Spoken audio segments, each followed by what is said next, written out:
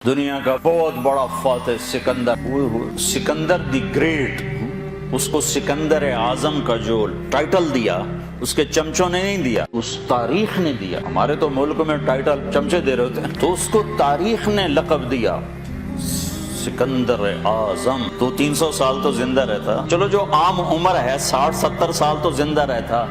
33 سال کی عمر، 13 جون 353 BC قبل مسیح ملک دنیا فتح کرنے نکلا ہے اور فاتحانہ واپس جا رہا ہے، اور جہاں تک فتح کیا ہمارے ٹیکسلا تک پہنچا تھا، آگے لشکر انکاری ہو گیا، وہ تو چاہتا تھا اور بھی آگے جاؤ، تو سارے خزانے ساتھ ہیں اور عراق پہنچا۔ عراق سے ترکی میں انٹر ہونا ہے اور ترکی سے مقدونیہ، تھوڑا فاصلہ باقی رہ گیا۔ تو بابل اس وقت عراق کا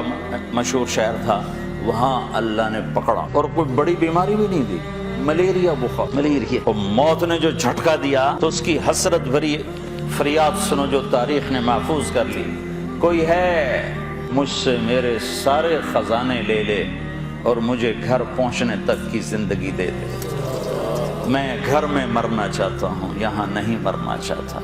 مقدونیہ قریب ہے، بس ترکی سے مقدونیہ ساتھ جڑا ہوا ہے، میں مقدونیہ مرنا چاہتا ہوں، لیکن اللہ نے وہیں مارا، یہ بتایا کہ گریٹ صرف اللہ ہے، اعظم صرف اللہ ہے، باقی سب چھوٹے ہیں، بڑا صرف اللہ ہے۔